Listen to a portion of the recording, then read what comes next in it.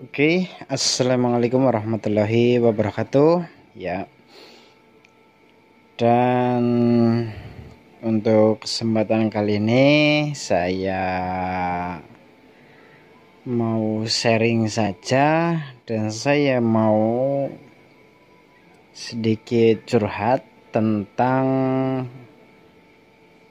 mesin Cina yang sudah digital. Di sini sudah ada. Dan untuk yang bawah dia udah emang mesin Cina, bukan digital yang biasa. Hanya saja untuk yang bagian atas ini kita ambil dari bekas mesin Cina baru ya, baru. Dan saya pertama kali mencoba dipasang ke tabung, sempat jadi normal beberapa hari, namun terjadi suatu hal yang di luar prediksi saya,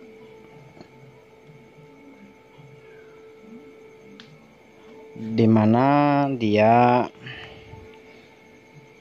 mesinnya seakan rusak di bagian IC Micom.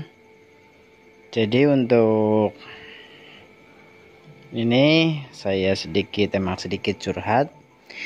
Siapa tahu mungkin kawan-kawan udah ada yang pernah masang mesin TV tabung yang sudah digital. Apakah hal demikian sama yang dirasakan atau yang terjadi pada kawan-kawan semua, atau memang ini kebenaran saja untuk yang saya pegang produk sedang kualitas tidak baik, atau emang rezeki saya yang harus menerima mesin kurang sip ya. Jadi untuk kali ini saya tes saja untuk bagian tuner digitalnya, dia normal. Saya coba pakai 9 volt 600 mA atau setengah ampere lah kurang lebihnya. Seharusnya sih minimal 1 ampere. Jadi kita pakai 9 volt setengah ampere saja, kita coba penasaran. Emang di sini IC emang hangat namun dia normal. Kita nanti kasih fan saja. Terus untuk konsumen ya, terutama untuk pasien yang saya servis kemarin, dengan sangat terpaksa saya memberikan TV. Dan untuk bagian set top boxnya, oh iya nih pencet tombol. Untuk bagian set top boxnya kita mau arahkan ke perakitan dalam box, ataupun orangnya kalau mau beli set top box lagi ya kita pesankan. Dan set top box yang ini kita pakai untuk tes unit ataupun saat kita sedang melakukan perbaikan di luar. Jadi untuk ini dengan sangat terpaksa saya gunakan TV saya stok. Sebenarnya stok nih karena cukup bagus, gambar jernih, mesin emang Cina, namun kita sudah ganti spare part dan ganti jumperan pakai yang kawat email tembaga, bukan kawat biasa.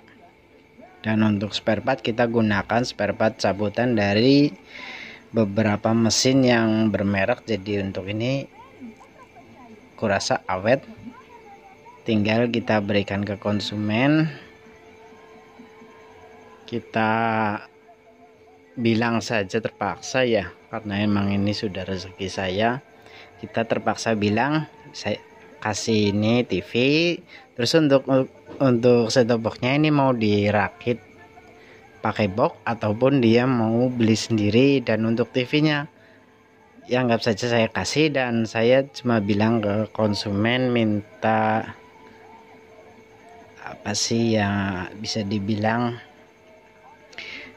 dari konsumen ya terserahlah kasih berapa ke saya, yang penting saya tanggung jawab untuk servis saya, karena memang konsumen sudah mengeluarkan uang cukup banyak. Saya pun juga sudah berusaha maksimal, namun ternyata mesin kurang fit ataupun memang udah rezeki saya. Siapa tahu mungkin kawan di sini sudah ada yang pernah pasang mesin TV digital ke tabung, apakah sama atau tidak? Mohon komentar di bawah. Dan ini untuk TV-nya di luar, kita tunjukin ya. Ada satu sih, nggak kelihatan sih untuk di video. Oke, untuk ini saya videokan dan saya save untuk pengetahuan saya, untuk apa ya, bisa dibilang untuk save ya, atau kita sebagai bahan kenangan saja, atau bahan suatu saat kita akan buka bahwa kenangan suatu saat nanti pasti akan aku coba lagi dengan mesin TV digital, apakah emang benar emang rezeki saya, atau emang dari IC micromnya emang dia agak sedikit aneh atau beda ya dari yang mesin Cina pada umumnya. Dan ini ada salah satu contoh mesin Cina, walaupun ini dia sama urusannya di Micom dengan tipe Micom demikian ya. Jadi nggak tahu ini ya juga rusak Micomnya.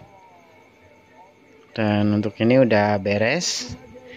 Kebetulan saya nih mesin TV-nya Cina, ininya bawaan dari mesin Cina juga, jadi remote-nya masih pakai satu biji sudah bisa matikan, hidupkan TV. Berikut pengaturan pada TV ya, sama persis. Dan untuk ini di set-top box sama. Jadi untuk ini kita cukup satu remote. Kalau emang orangnya mau ini dirakit ulang, kalau tidak dirakit ulang ya terpaksa yang ini buat saya. Remote masuk saya, orangnya tak kasih remote TV-nya saja. Untuk set-top box emang udah bawaan dari pabrik. Sebenarnya kita nggak cuman ini sih, ada speaker aktif, ada TV. Ini TV sama, habisnya udah lumayan. Aku nggak enak sama orangnya, tapi udah terlanjur aku modal, terpaksa saya selesaikan. Kalau orangnya mau ya alhamdulillah, kalau nggak mau ya terpaksa kita beli mesinnya harga murah, terus kita pasang. Nih ada, kebetulan ada tabung LG gambar normal, hanya saja agak sedikit lebar, mungkin dari iuknya berbeda. Kita tinggal setting saja untuk iuk, kita tambah kapasitor ataupun kecilkan kapasitor. Dan untuk speaker aktif dia sudah ganti Bluetooth, namun kata pemilik emang audio kurang enak. Setelah saya buka cek mesin, benar untuk elko-nya dia kurang bagus, dan tone control overbass dan nada terlalu renggang, jadi grafiknya terlalu kasar, nggak halus. Jadi untuk di telinga itu emang kurang bagus, tapi kalau buat outdoor cukup bagus. Oke, begitu saja. Ini kita bahas yang ini saja. Siapa tahu kawan sama ya, ataupun senasib dengan saya. Jadi saya sendiri nggak enak sebenarnya sama konsumen, karena ini udah terjadi ya, gimana lagi.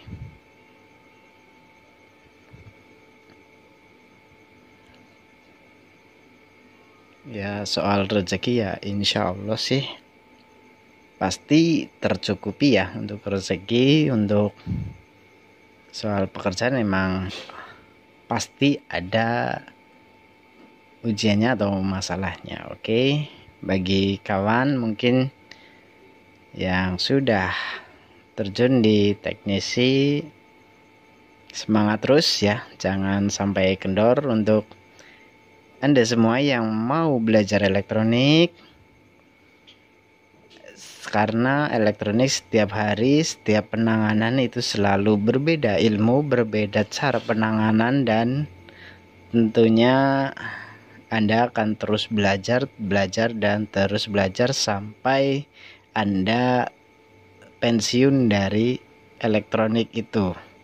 Jadi untuk elektronik emang kita harus setiap hari mendalami elektronik ya, nggak bisa kita cukup tahu spare part ataupun yang lainnya terus di saat unit kita rusak kita perbaiki sendiri, itu otomatis kita harus perlu belajar lagi.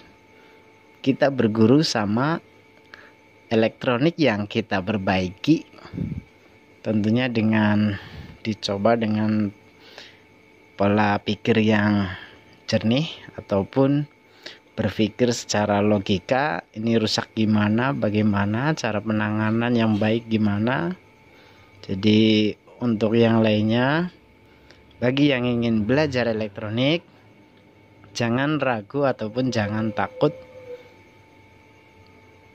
Anda mengeluarkan uang sekian-sekian, namun Anda akan mendapatkan hadiah ilmu yang Anda geluti ya. Tentunya untuk elektronik emang harus terus belajar dan belajar. Jadi kita nggak bisa sebatas tahu terus kita servis sendiri, nggak bisa, panggil orang lain, rusaknya ini, tapi emang beda gitu. Jadi untuk penanganan setiap elektronik itu berbeda-beda, walaupun kerusakan kemungkinan sama ya. Untuk spare part sudah banyak banget sih, udah full.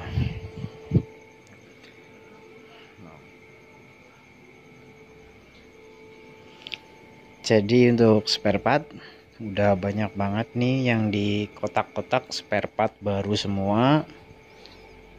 Ketika kita melakukan penanganan elektronik, kita ternyata emang butuh spare part lagi dan lagi.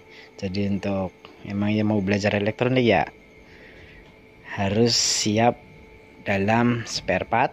Yang pertama, yang kedua emang ilmu baru, cara penanganan baru, tentunya kita harus sering diasah otak ya. Bagi yang mau belajar elektronik, jangan ragu untuk bertanya, namun jangan terlalu padat dalam bertanya, alias jangan terlalu sering bertanya, tapi banyaklah bekerja.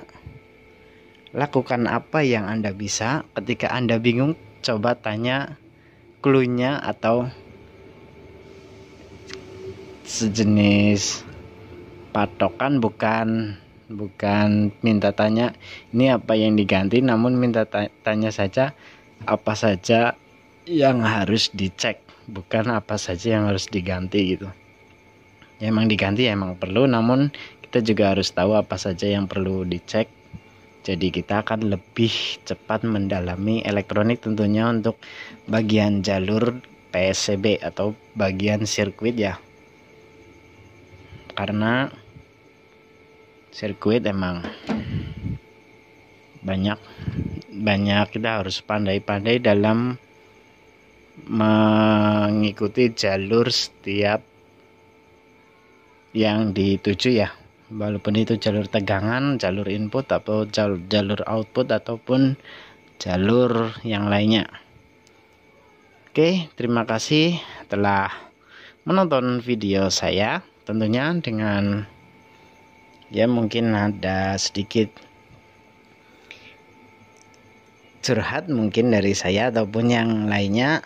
Tentunya di sini saya sendiri memberikan pemahaman atau memberikan gambaran luas tentang elektronik, dan jadi kita nggak itu saja, kita emang harus berpikir lebih luas tentang elektronik. Jadi kita nggak harus berpacu pada pengetahuan apa itu elko, apa itu IC, apa itu dioda ya.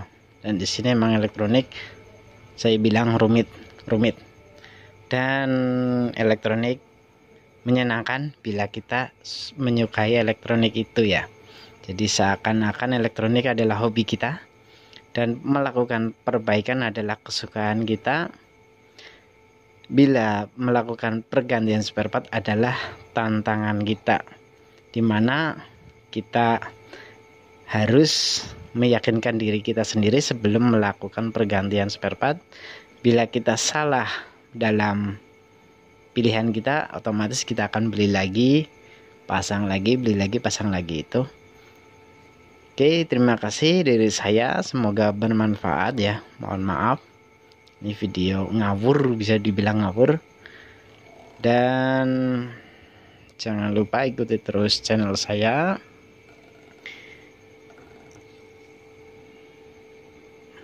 Biar Anda tahu ya. Jadi nggak sebatas mengenal elektronik saja, Anda akan lebih dalam mendalami elektronik. Tentunya suatu saat nanti saya akan memberikan video atau pembelajaran gimana cara membaca skema ataupun membaca jalur pada suatu rangkaian ya. Kita akan suatu saat akan memberikan gambaran atau memberikan video penjelasan ya tentang jalur, karena di sini kita harus emang, bagi Anda yang suka elektronik, kurasa emang wajib sih ya, nggak wajib, emang harus mengikuti saya. Insya Allah ada ilmu tentang elektronik minimal 30% Anda sudah paham, syukur bisa 80% atau 120% dari saya. Terima kasih dari saya, semoga bermanfaat. Sekian, wassalamualaikum warahmatullahi wabarakatuh.